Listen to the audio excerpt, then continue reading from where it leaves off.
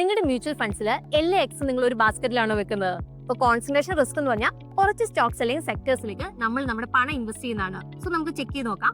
ആദ്യത്തെ stock concentration നമുക്ക് നോക്കാം. ഇപ്പോൾ ടോപ്പ് 10 സ്റ്റോക്ക് ഹോൾഡിംഗ്സ് നിങ്ങൾ നോക്കുക. ഇപ്പോൾ പോർട്ട്ഫോളിയോയുടെ 50% ടോപ്പ് 10 സ്റ്റോക്സ് ആണെങ്കിൽ കോൺസെൻട്രേറ്റഡ് ആണ്. ഒരു ക്വാർട്ടർ ഇപ്പോൾ മോശമായിട്ടുണ്ടെങ്കിൽ നിങ്ങളുടെ ഫണ്ടിനെ അത് മോശമായിട്ട് തന്നെയോട് ബാധിക്കും. ഇപ്പോൾ ഫോക്കസ് തിമാറ്റിക് അല്ലെങ്കിൽ സെക്ടർ ഫണ്ട്സ് പൊതുവെ കോൺസെൻട്രേറ്റ് ആണ്. പക്ഷേ ഒരു റെഗുലർ ഇക്വിറ്റി ഫണ്ട് ഇതുപോലെ കോൺസെൻട്രേറ്റ് ആണെങ്കിൽ അത് റെഡ് ഫ്ലാഗ് ആണെന്നുള്ള കാര്യം നിങ്ങളോട് മനസ്സിലാക്കുക. അപ്പോൾ കൂടുതൽ കോൺസെൻട്രേറ്റ് ആയിട്ടുള്ള കുറച്ച് ഇക്വിറ്റി ഫണ്ട്സ് നിങ്ങൾക്ക് സ്ക്രീനിൽ നോക്കിയിട്ടുണ്ടെങ്കിൽ കാണാൻ സാധിക്കുന്നതാണ്.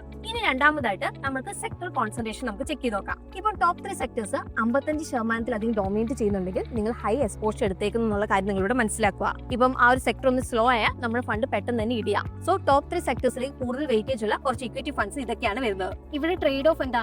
ബുൾ മാർക്കറ്റിൽ കോൺസെൻട്രേറ്റഡ് ഫണ്ട് സോളിഡ് പെർഫോമൻസ് നൽകും, പക്ഷേ കറക്ഷൻ സമയത്ത് നല്ലപോലെ ക്രാഷ് ആവും. സോ നിങ്ങളുടെ കോൺസെൻട്രേറ്റഡ് ഫണ്ട്സ് ഡൈവേഴ്സിഫൈഡ് ഫണ്ടായിട്ട് പെയർ ചെയ്യാം. അപ്പൊ ഇവിടെ അഗ്രസീവ് ഗ്രോത്തും സ്റ്റേബിൾ സേഫ്റ്റി ഒന്നിച്ച് വർക്ക് ചെയ്യട്ടെ. അപ്പൊ ഇങ്ങനെയാകുമ്പോൾ ഒരു മാർക്കറ്റ് ക്രാഷ് അല്ലെങ്കിൽ കറക്ഷൻ സമയത്ത് പോർട്ട്ഫോളിയോ സേഫ് ആയിട്ട് നിൽക്കും. അതിൽ ബുൾ മാർക്കറ്റിൽ നല്ല ഗ്രോത്ത് നൽകാൻ വേണ്ടിയിട്ടും കഴിയും. സോ ഇന്ന് തന്നെ നിങ്ങൾ നിങ്ങളുടെ പോർട്ട്ഫോളിയോ ചെക്ക് ചെയ്യുക. അപ്പൊ നിങ്ങളുടെ റിസ്ക് ബാലൻസ്ഡ് ആണോ അല്ലെങ്കിൽ ലോഡഡ് ആണോ എന്നുള്ളത് നോക്കുക. അപ്പോൾ കമന്റ്സിൽ അത് നമ്മളോടും കൂടി ഷെയർ ചെയ്യാം.